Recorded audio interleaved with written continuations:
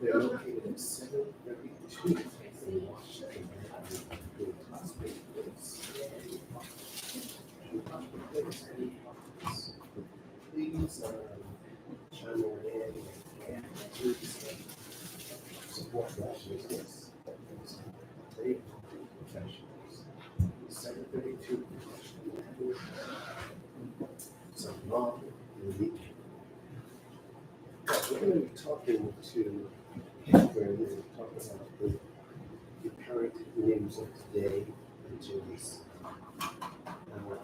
we have divide in the country, divide Brooklyn, New York, and then from here, we reside in the state of Iowa. So we're going to talk about that and this general election is coming up.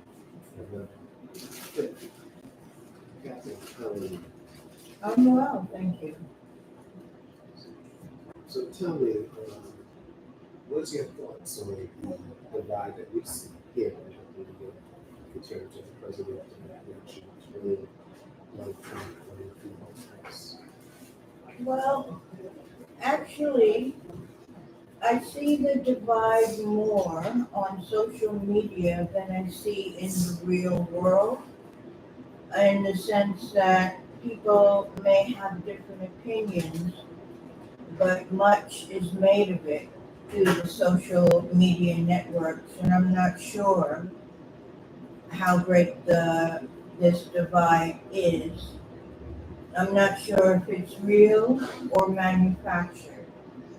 So from my vantage point, there's a lot being made in the media by proponents of the Democratic Party to chastise Black men for choosing something other than the Democratic Party. And the consensus being conveyed, and I think there's truth to that consensus, that Black women are more inclined to stay within the Democratic Party and to vote for the Democratic candidates. One of the reasons I'm just referring to the Democratic Party is because that's where I see the divide occurring. It's not so much the particular candidates, but it's the behavior of the Democratic Party over the last several decades, probably, but more increasingly in the current election. So if I remember back when Joe Biden was still running, there was already a defection from the party. There were probably more men than women at that point, and probably that's still true. But the disaffection predated the current presidential candidate on the Democratic side. So there is a way in which, from my vantage point as a Black woman, I see that irrespective or irregardless, if that's a word, of what the current candidate's position might be, that person, because of her cultural heritage, is being promoted, I believe, because she presents an opportunity for the Democratic Party to save itself from the divide that already was there. So I think a lot of people would not have voted for Joe Biden because he's literally done nothing, not just for Black people, for any of American citizens. His whole concern has been foreign policy, and his economics are almost wholly foreign policy, and the status quo and the mainstream media have been supporting that foreign policy. And whether you agree with the arguments or the cause for fighting or not, the bottom line is nothing is being done for American people.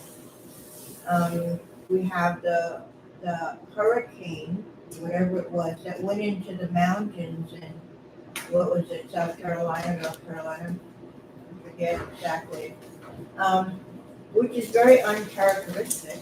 Hurricanes are usually more related to the shore and to bodies of water. So this was a very catastrophic and unusual event. And yet, nothing is being done for those people. We still have the people in Flint, Michigan who have had poisoned water for the last decade at least. Nothing's being done about that. And, whatever the natural disaster, whatever the issues for American people, the Democratic Party has done nothing to alleviate those issues. So from my vantage point, I don't appreciate a person who is coming forward as a Black woman to be used as an implement to divide the Black community around something that's not as deeply as important, I think, than the issues that affect our daily lives. So I think the Democratic Party has failed. And as a Black woman, I'm not in the mood to rescue the Democratic Party. That's a mouthful. When you look at Black men, they're standing 10 toes down and believing that the Democratic Party has failed. Yeah. And so they're being ostracized for standing 10 toes down and believing what they believe. This is 2024. And it's not going to take the same narrative that was given to us in happy-go-lucky walk with the narrative. We're asking questions. We're asking why. Why has so many times the Democratic Party has failed? And we're talking about not just a decade or two. We're talking over 400 or 500 years of failure, and no one really has stepped up to the plate to say, okay, this is what we're going to do. So either that in real time we step up to the plate, or the Democrat steps up to the plate and says, this is what we're going to do, and do it. Accountability is important. Accountability is important to everyone, whether you're Black, white, Asian, Indian, whatever. Accountability is important. And so with the family that the Black Americans who've been here before America was America, that's important to them because they've been here before America was America. So Black men are stepping up. It's not that we are not wanting to be under the pressing of a woman. My mother is a woman. So that's not it. What it is that we have a lot of failure in this Democratic Party. We voted for the Democratic Party years ago, and we kept them alive, but we did not see we just got a lot of good things coming out of the Democratic Party. So now people are asking questions. What's next? It's not that we don't want to support them out, but we don't know as a Democrat. We know Trump, exactly who he is. And now we know who come up with. So the thing is that where do we go from here? The truth now is in 2024, and we have to stop walking that truth, whether we like it or not. Well, yeah, I think that that's true, and I think people should vote their conscience. So if people feel that they support Kamala, they should vote for Kamala. I have no problem with that. I just don't feel that we should attempt to coerce each other or shame each other for having a different vantage point. And one of the things that I think about, I knew a journalist, he since passed away. His name was Robert Knight, and he broadcast over WBAI. And one of his taglines was, the purpose of a system is what it does, not what it says, what it does. And I think in that regard, the Democratic Party is a failed party. I prefer some of the third parties. There are some good candidates, but another reason that I have difficulty with the Democratic Party is because they've set up a system that is so restrictive and unfair that it doesn't give people choices. So for instance, I may want to vote Green, but the Green Party is not on the ballot in New York. And in some of the more democratic states, they're not allowing third parties on the ballot. And again, they're castigating people, making accusations, trying to demonize people who have different ideas. And I think that this is a larger problem than not having a candidate that resembles me. I think having a candidate resembles me would be wonderful if that candidate were independent and that candidate was going to put an ear to the community to see what's needed. If that candidate is not going to continue the same foreign policy issues and be supporting destruction and mayhem, yeah, I would love to vote for that woman, but I don't believe we have that situation. We have a situation in which our president has demonstrated that he has been unable to function due to whatever conditions he has going on with his aging process.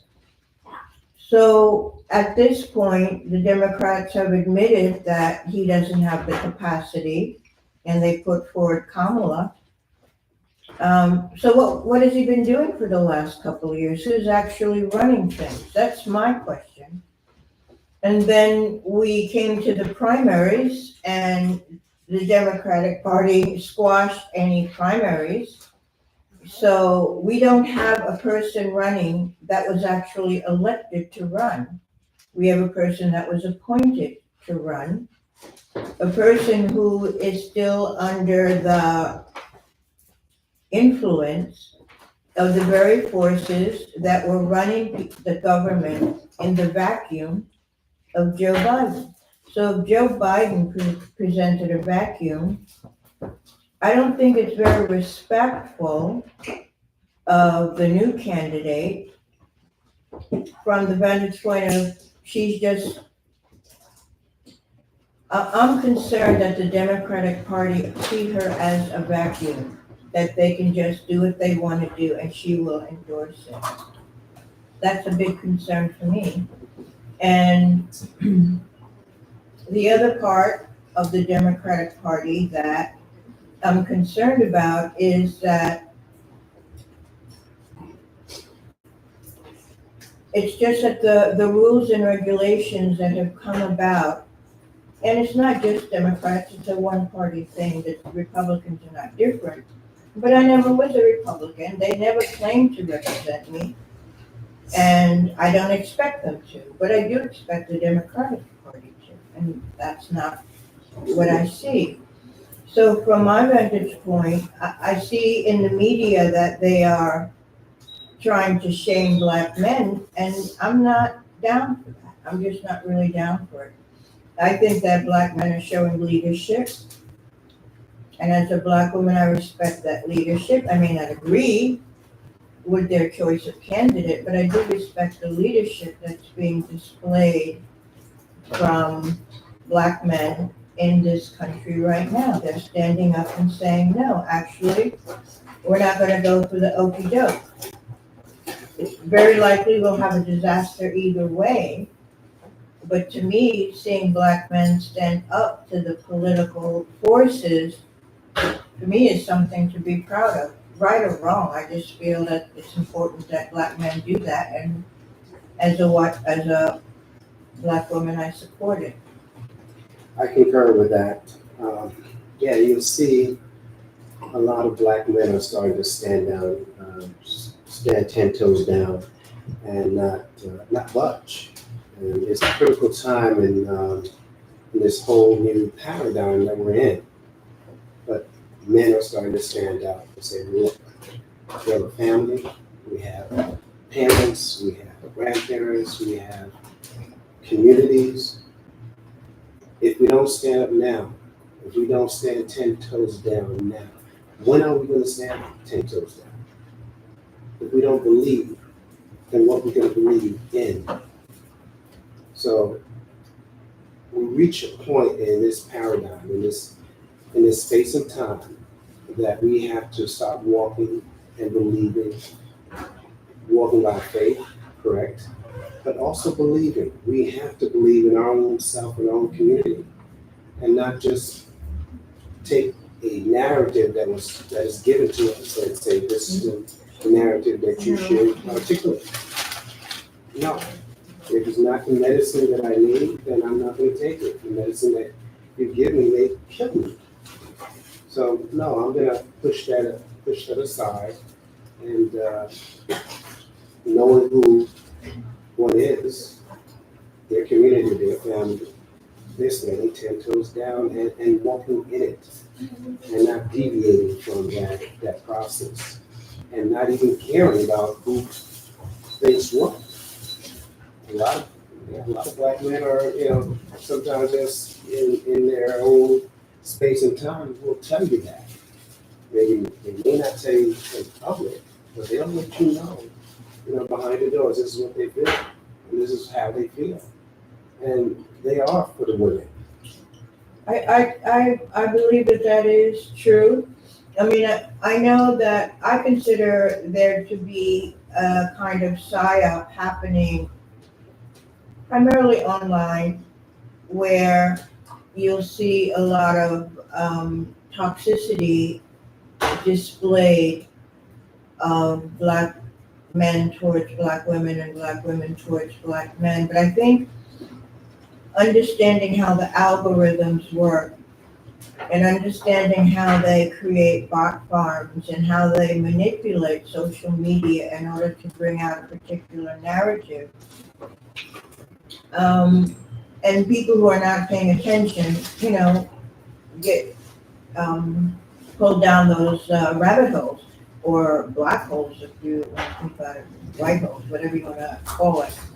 But I just think that there's a concerted effort to undermine the relationships of black men and black women in the world, and it's a very widespread. You see it here, you see it in the African continent, you see it in South America, but I don't find that it reflects the truth in my world, in my life, in my family, and the people I know and see. That animosity doesn't really exist to the depth that it's made out to. I'm not saying there aren't problems, there's a lot of issues, but I don't think that's one of them on a widespread scale. And, I believe that our black community has been under assault since, the colonizers arrived on the shore of this continent, and it's still very prevalent. And you could see it through, of course, slavery, then the whole Jim Crow, and then,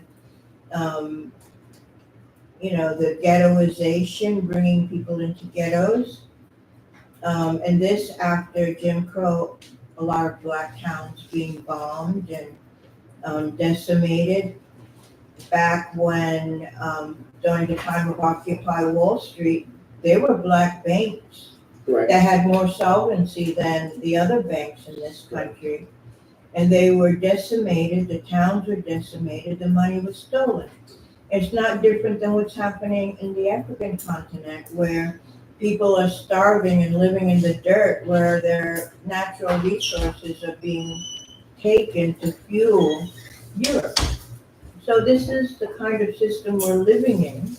And I just feel that we need to have a greater perspective than whatever the psyop might be to divide black people from each other.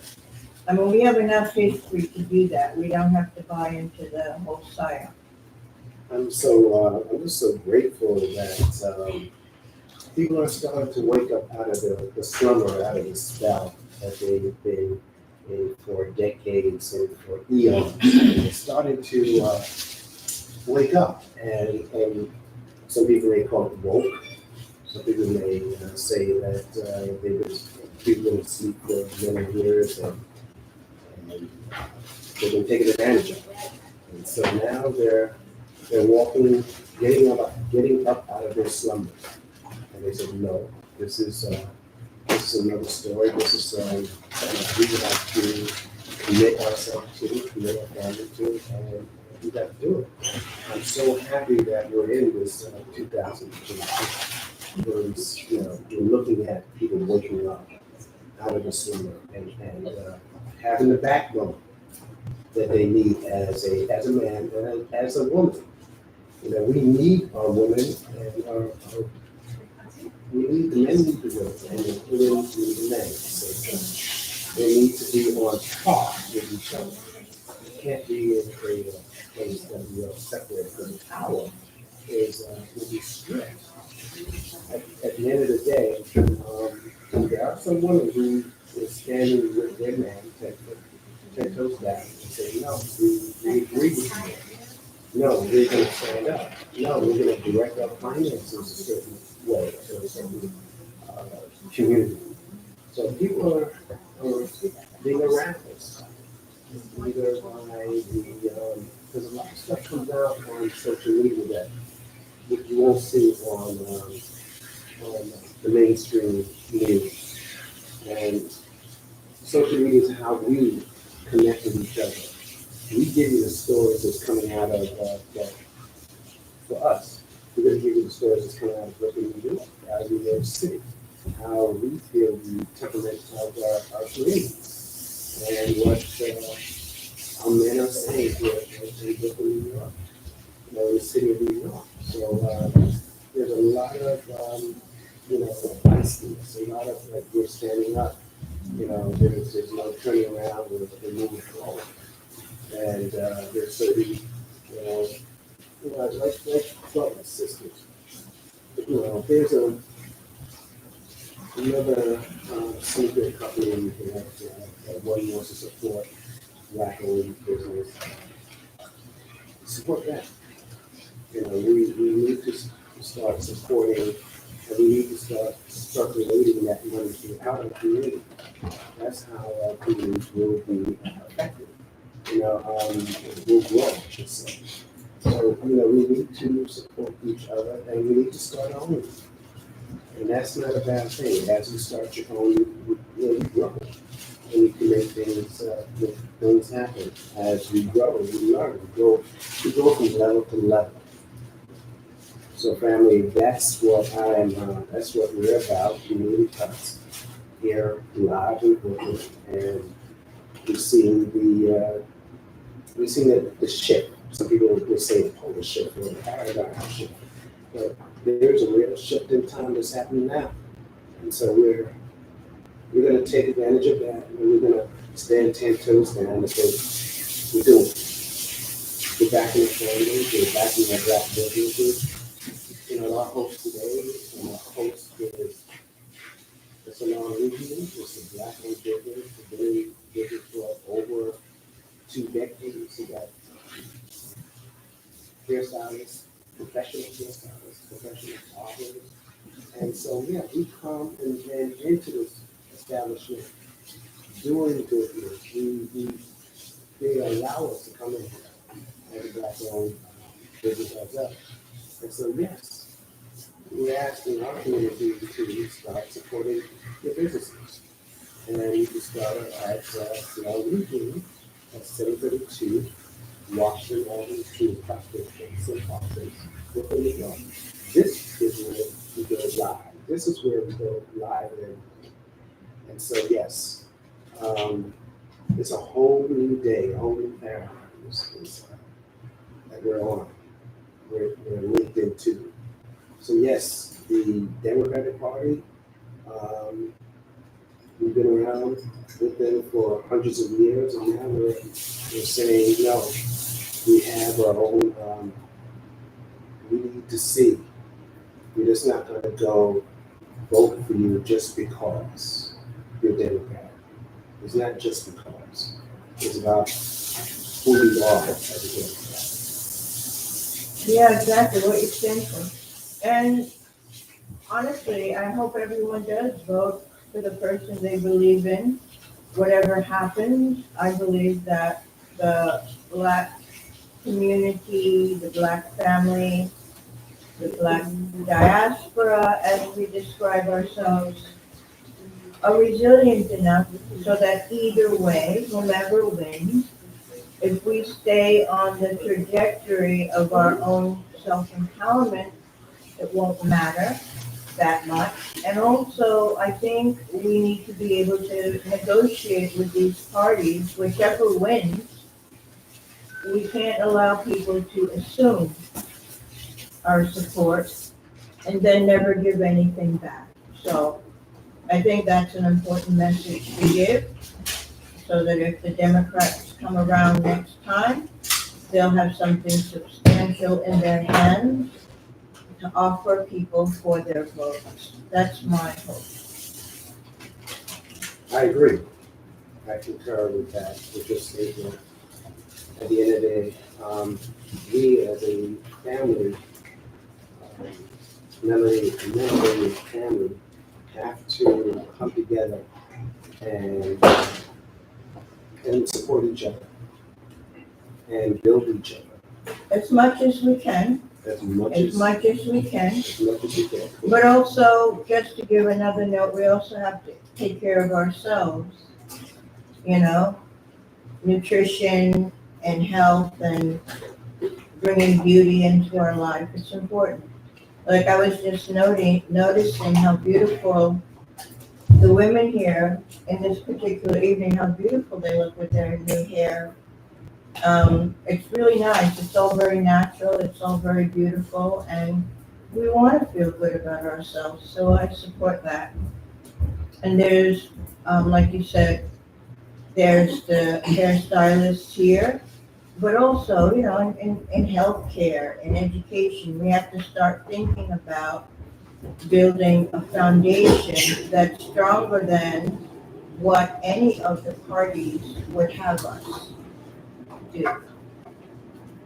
So I think we need to carve our own path, and however long it takes to get there, Yeah, let's go for it. yeah, it's going to take a while, but as I think about what this came on my mind first night, I think the dinner table. And that dinner table is important. We have the parents are there, the children are there as well. And the way to get to the dinner table is to make sure that you're financially capable to sit down with these things. A lot of times, you know, families not financially capable of sitting down more income. And this is where you get a chance to listen to youth, get a chance to be bonded with them. So that's important. Dinner table is very important to our community. And to have a dinner table, to have time to give to the family, you have to be in a place financially that yes, you can make this table and have time to deal with each other, to laugh with each other, and that's where the education comes from. Not only the school, but if you're looking to get education just from the public school, that's not it. You get it from each other. You get it from the benefit, you get it from the love and nurturing of the parents. That's where you get that love from your mother, from your father. And so, yes, Black men, we do have to make sure that we have that dinner table there for them, and we keep it moving forward. In order to do that, you do have to have money. And so, we understand this. You understand this. So, that's where I like to see a wholesome family together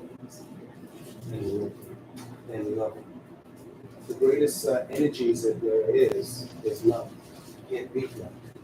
So that's where the love is going to be in that family, at that dinner table, and also learning at the same time. Captain, Okay.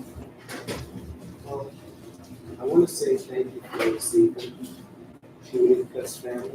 We love you. 732 Washington Ave at Salon Leahing. Beautiful hairstyles, beautiful people who do good hair. And they're excellent. Professional. Wow. Oh God, he's a professional. I'm going to tell you, family, you got to come out and start supporting each other, supporting our businesses. We're being supported by them. They're greenlighting us.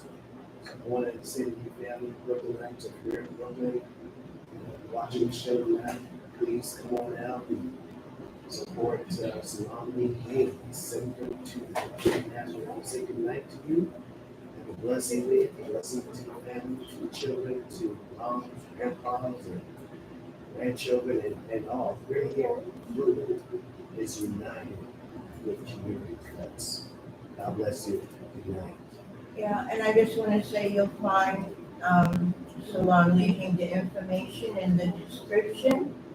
And we also would love to invite you to like the video and share the video and engage in the conversation, leave your comments. And we'll see where we're going to go next time around, next week. Every Friday night, every Friday evening at 7 o'clock, we're live in Brooklyn, New York, and you're welcome to join us. 7-ish. 7-ish, 7-ish. And we're getting, you'll be able to call in. Next week, you'll be able to call in, and We're hoping, we're upgrading the technology. upgrading to this Yeah, and if it all works, you'll be able to call in. You heard the producer. We're working on it, but So hopefully next week, we're going to Yeah. have the equipment that we need that you can call in, and this is the number that will be on the line. yeah, we'll put it in the description. We'll give you the description. Okay. All right, thank you, family. God bless, and one love to all. One love. Bye for now. Let's see.